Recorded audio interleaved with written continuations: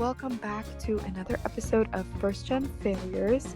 So a couple episodes ago, we talked a little bit about mental health in terms of how immigrant children deal with like the pressures put on them by their parents or just by their positions. And this one's going to be kind of a similar topic. Today, Trisha, I really want to talk about this thing that we see on social media a lot, self-care. It's in a way almost turned into like an industry in a sense, in terms of like selling products and things like that. But I want to talk today about real self-care. How do we feel better as a whole in our lives, and on bad days such as yours that you're having right now, as opposed to just doing a face mask once a week and calling that treating yourself? Like how do we actually cultivate like well-being in ourselves for the long term? So what is the internet's idea of what self-care is to you? What do you see that as? So even like around my friends, like, oh, I'm gonna do a self-care day, and that consists of like face masks, maybe a long bubble bath, painting your nails, doing a hair mask, just things that are like routine that you probably should be doing, like, I don't know, once every week to take care of yourself, like a reset day. But that's not really what I think self-care is. Your problems really just don't go away by lighting a candle.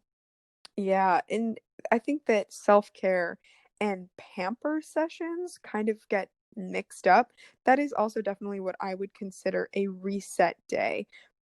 When I've had a really long week, I just need a reset, but they're not really methods of long-term mental and physical well-being, for me at least. A new self-care product is not going to cure me of constantly pushing myself down or treating myself horribly. There's other things that I need to do to combat those things that are making my life a little bit worse. And we're definitely not professionals in any sense. We're just seniors who have gone through some pretty rough years of high school. So, this is just some things that we do to take care of ourselves.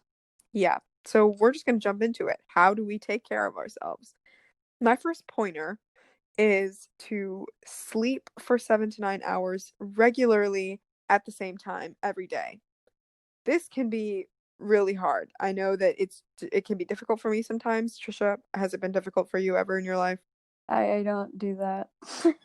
Okay, yeah, so it's really difficult.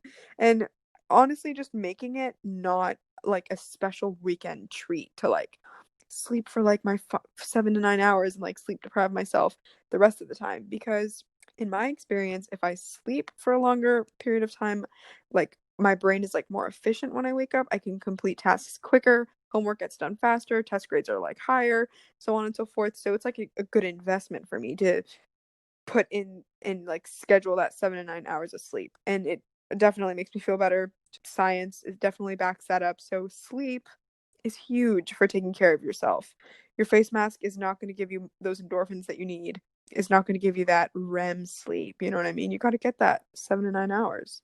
Yeah, and I know that people often are like, it's summer, I can stay up till 2 a.m. every morning and just sleep at 8 p.m. or something like that. No, that's silly, but you know what I mean when people are just messing up their sleep schedules. But the important thing is to sleep at the same time every day. Because one day you can go to sleep at 12, and the next day you go to sleep at 4, and you just keep on going back in that schedule. It's not healthy for you, and you're going to feel grosser and just like less productive overall in the day.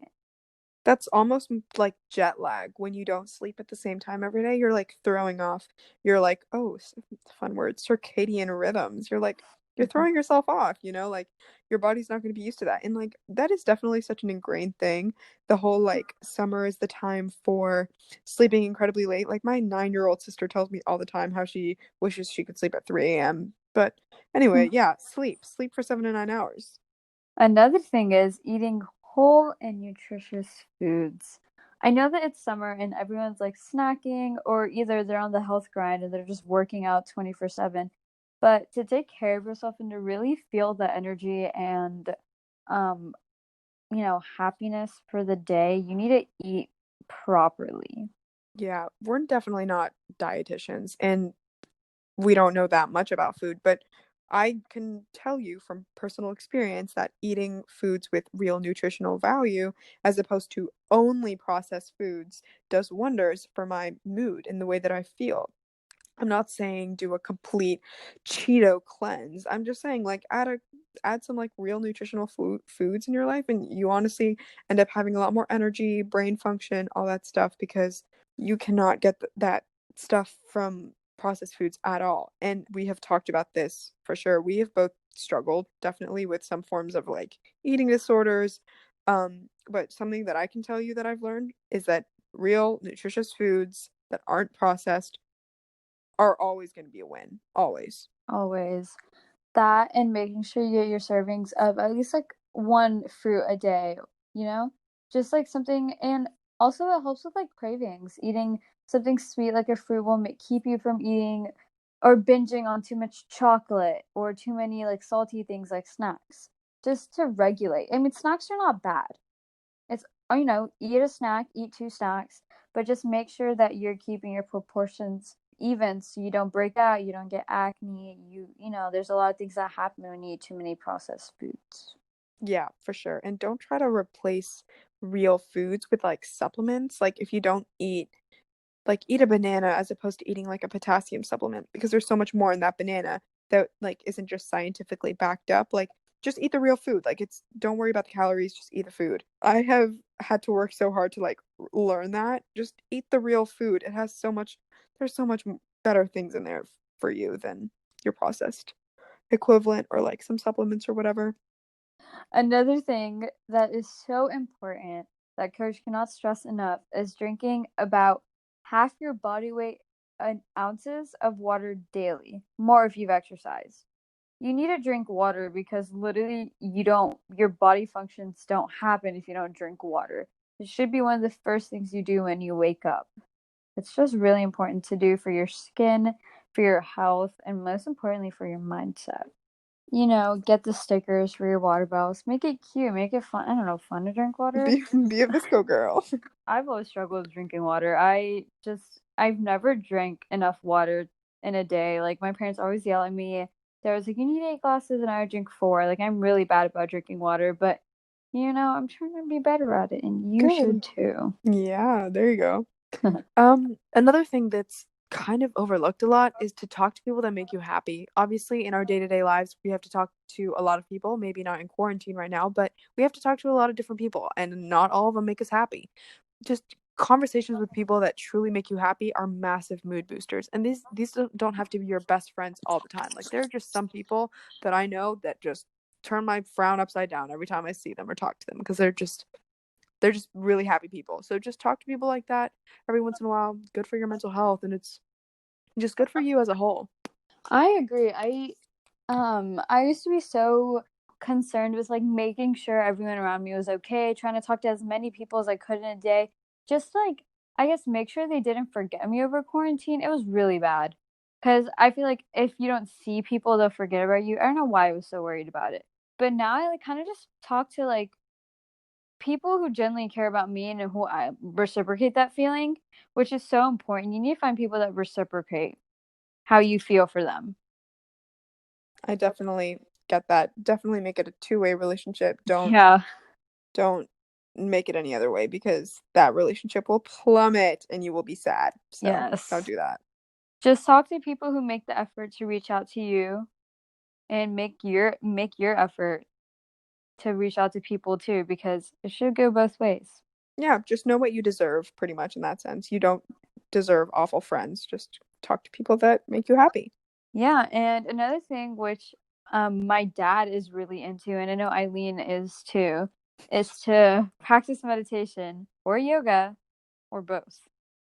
I know it sounds like really hippies. It's like you don't need to sit in the Himalayas or be a Buddhist to practice meditation and yoga. Like I personally started over quarantine, like I just started meditating for like 10 minutes a day, and it's really helped me stay super sane. I do yoga because my aunt is like really good at yoga, so she just forced me to do it with her, and now I'm kind of on a roll. But meditation is like has become a pretty solid part of my routine, and I really like it because it's like wiping clean the whiteboard of my mind after it's like cluttered for the whole day. So like the whole day I'm like writing things on this big whiteboard in my brain, and then at the end of the day I could just wipe it off and like not have to worry about it and go to sleep a lot like better. I don't know much about yoga. All I know is that my dad literally hosts like a huge yoga class where he gets all of his middle-aged dads to join a Zoom call and he teaches everyone yoga at 6:30 in the morning. I So, love your dad. I yeah. love your dad so much. But something that I've actually done is learning something new every day. I'm at the beginning of summer, I made a bucket list because obviously I didn't think we were gonna be in quarantine for this long, but we are. And I made a bucket list of things I want to do or want to learn, including like I don't know, like learning how to paint or like draw better, calligraphy, stuff like that. So I've been really getting into like really wanting to check things off my bucket list, which I think is really important because it keeps your mind challenged and active. You don't have to constantly be doing studying or an FOVS class to challenge your mind. Just doing things that you would normally not have time in the school year to do is really nice. Yeah. So what do you do, Trisha? Honestly, I've been really getting into like fashion related things. Like the other day, I made a two-piece set out of a pair of my mom's old pants, or I made a skirt out of my dad's old shirt. Just like I don't know. I've been seeing like tutorials on like TikTok and stuff. So I've literally just been following them and it's been so much fun to just do stuff like that. That sounds really fun. Well, personally, I have been cooking a lot more because my grandparents are kind of like stranded with us, can't really go back home because of this whole coronavirus thing. So I cook a lot and bake a lot with my grandma, and I also have to read. I don't have to. I read a lot more as a result of something that I'm about to talk about next. Another tip for self-care, or another practice that I do for self-care, is social media detoxing. Trisha, I know you talked to me about the fact that the first thing that you do when you wake up in the morning is check your phone, and you often like hours slip by. How do you feel about that? I'm really embarrassed because I honestly thought of myself as like, I'm better than that. Like, I don't have to be on my phone. That's not the first thing I should do.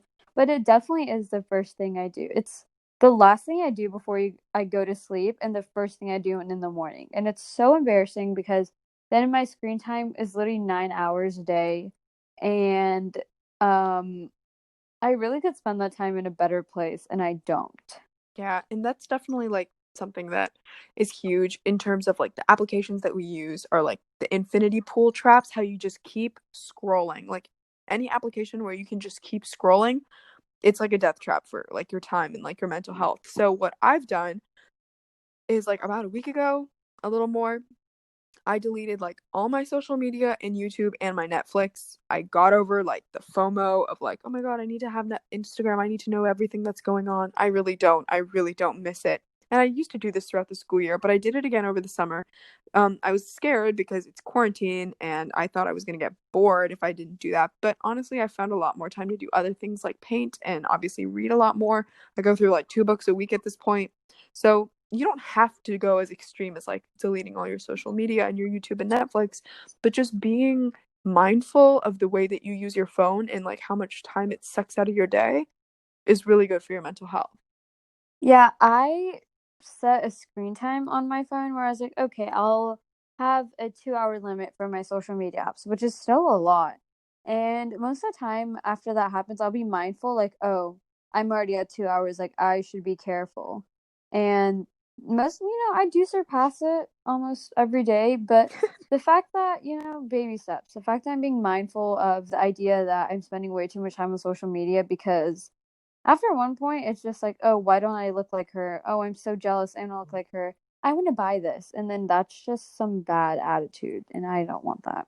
Yeah, big thing for me, I deleted social media is for like my personal self-image and like my body image and stuff that was really deteriorating as a result. And also know what like that different methods work for different people. Like Trisha's screen time method definitely did not work for me. I just added 15 minutes every single time that little timer thing ran out. So just tailor it to you. Do what you have to do. And a big thing, especially for quarantine, get over FOMO. Nothing crazy is going to happen that you're not going to know about. That's just the bottom line. Yeah. And honestly, when I did delete Twitter, Instagram, and Snapchat, I didn't miss it. I was so happy. And the fact that, like, if someone wanted something, they would just text me. Like, I was kind of relieved because Snapchat really just feels like a duty now to just snap everyone back. And it's not Yeah. even like mindful conversations. They're literally just pictures of your forehead. So, Another thing that's huge in terms of mental health and physical health and in terms of just your self-care is going outside. This is huge for me. When I wake up in the morning, I often like go out for a run or I open up my window just to get some like fresh air going around, I guess. And take a walk or do some exercise for at least 20 to 30 minutes a day. Personally, in my experience, I don't know if this is the same for you, Trisha. If I'm on a streak of like not exercising, breaking that streak is one of the most difficult things I have to do. If I exercise every single day for a week, it's so much easier for me to get on my running shoes that next day. But if I don't, it's really difficult. But I know that exercising is good for me. It helps me sleep better. It gives me a sense of productivity. Um, but one thing that I think is really important in terms of exercise is that we need to prioritize our mental health as opposed to our physical health. When you exercise, you're often like, "Oh my God, I'm burning so many calories. I'm building so much muscle right now." And over quarantine, the biggest thing that I learned in terms of exercise is prioritizing my mental health. Whenever I skipped exercise, my mood was like much worse. I couldn't sleep as easily. Yeah, sleep was like really difficult for me if I didn't exercise, and my mind was just overall more foggy. a lot of times I'll put an alarm. The days I don't have practice, I'll put an alarm like, okay, it's 7 o'clock, like I need to go on a run, stay in shape for this next tournament or this next game. And then often when I ignore that or snooze that alarm and then it's 10 o'clock and I wake up and it's way too hot to go on a run, I feel nasty inside. Like, and then I don't feel like being productive or like doing anything in my to-do list next. I'm like, okay, I didn't do this one thing. What's the point of doing anything else? It's stupid. And then I feel groggy, and it's just also like it's hard for me to sleep at night because I'm like, oh, I didn't do anything. I probably should have done something. That one point that you made about like how that first thing on your to-do list, if you don't check that, it makes it feel like you can't do anything for the rest of the day. That's definitely something that I resonate with. And I definitely think that we are going to make an episode later on like productivity and ways that we stay productive and get over that hurdle, because for me that's a huge thing. If I made a plan to do something in the morning and I don't do it, my entire day feels like a failure, and that's something that I definitely want to work on. But back to exercise. YouTube is such a great resource. You don't need to pay like get like a subscription for like some exercise app. Like YouTube has some great channels that are a great free amazing resource. I have two recommendations. Yoga by Adriene is really good for yoga. Her morning yogas like really wake me up. Really love her. And Tom Merrick is really good for stretches. I know he does like stretches for swimmers, for runners. I like his runner ones because my hip flexors get really tight. But those are two of my favorite YouTube workout channels. Do you have any good ones to share, Trisha? Honestly, like when coaches be like, "Hey, do a core workout today," I like Mad Fit. She's really good, and Pamela Reif. I think both of those are like pretty good. They have a whole bunch of different workouts for whatever you want to work out, and I don't know. I think they're really easy to follow and nice to finish. And it's whatever it is, if it's a 10 to 15-minute workout or a 30-minute workout, just doing something to ensure you don't go crazy is a good thing. Yeah, and just get those endorphins going. Like, I cannot tell you how different my days are when I have exercised and when I haven't. Like, the difference in like my mental clarity and like the way that I feel that day is just it's night and day. So definitely go outside, take a walk, do some form of physical exercise as every day if you can. And I know you can. You have the time now. So Another thing that me and Eileen both really agree on, which is so important, is journaling and reflecting. People are always like, "Oh, journaling is for like losers. Like, who wants to write in a diary? Like, it's girly or it's young and it's adolescent and it's stupid." But honestly, journaling is so nice to do because sometimes if you don't have that friend you can tell anything to, or even you're just on a record of like all the thoughts you've had, good days, bad days, both. I like to keep a journal. So, I have my thoughts in a place I can maybe compartmentalize them in a sense where, okay, it's nighttime, light a candle, journal a little bit and just reflect on your day. Reflect on and like how you feel and why you might feel that way. And it's like nice to look back. I'd be like, wow, like 6 months ago I was, you know, not in the same place I am now. And it's just cool to see your growth. yeah, That I think is really huge because a lot of times, like, if I think about everything that I've done in the last year, I can't remember. A year ago, I bought like this 5-year journal where like every day you write a little snippet of what you did that day, how you felt that day. And lately I've reached like the 1 year. So I like go back and I'm reading everything that I did like exactly a year ago. And it's really sweet to read. Like my handwriting was really different. And like I know that my mindset was really different. Just like the experiences that I was going through during that time were really different. And it's really nice to look back on, and it can be like priceless years in the future. But honestly, just even for right now, thoughts will linger in your head until you empty them. So being able to just like relieve yourself of all that pent up mental energy at the end of the day will really like benefit your mental health as it because I think it does mine. But another thing, I know it's really big on social media to have like these bullet journals or diaries with like all these pens and whatever. And if that is your hobby, if that is something that you enjoy, definitely go for it. I know me and Trisha both like I've always loved stuff like that. But you don't need to have anything super intricate. A pen and like a notepad will do just fine. Just any way that you can pour out your thoughts for the day at the end of the day so you don't have to like carry them with you to the next day almost can be really valuable. Yeah, honestly, and the more honest you are with with yourself, I mean, it leads to you being more in touch with yourself, which I think is so key because you know yourself better than anyone else ever will. But having like delusions about who you are, or how you really feel, like constantly lying to yourself to make up for some outer persona that you show to other people, it gets tiring. So Yeah. honestly, being true to yourself and writing how you actually felt that day in a journal, it's so nice to do. Yeah. Our final tip in terms of things that you can do to take care of yourself on a regular basis is just trying to do something productive every day. Now, this is like really vague. Different people define productivity differently. Do something that makes you feel productive. You're more likely to do well the next day if you feel you were productive the day before. Like being productive can be going on a 5-minute run. It can also be running a marathon. Like it's just the way that you define your own productivity. Making and accomplishing a basic to-do list or even just one thing every day is really nice. A big thing for me, I know, is just giving myself little victories. When I start to-do lists, I write one to two things that I've already done. And like just being able to check off those two things makes me feel like it's so much easier to do those things that I really don't want to do. So just starting your day off knowing like, okay, I've already gone through this much. Like I've already done this much. I can keep going is really like motivating for me personally and helps my mental health greatly. Yeah, anything, no matter how small or how big it is, like vacuuming my room, taking your water bottles downstairs, just writing it down and checking it off is so nice to do, and it makes you feel like you can conquer anything, little or big, from like SAT prep or reading the next 3 chapters in my summer reading book, to taking my water bottles downstairs, vacuuming my room, um, washing or doing the laundry, like just writing everything down and at the end of the day, being able to cross, if not even all, if some things is so nice to do. Yeah. And just try to make a goal at the beginning of your day, no matter how big or small, and accomplish it. Like for me, sometimes it'll just be just get outside and go on a run. On days that I really don't want to, I'll make that my goal and I'll do my best to accomplish it. Sometimes my goal for the day is just to spend some more time with my grandma or my sister. It feels really good to know that I did something productive, and it's really nice to be able to look back onto like a physical copy and record of like what I did in a day. It makes me feel really fulfilled personally.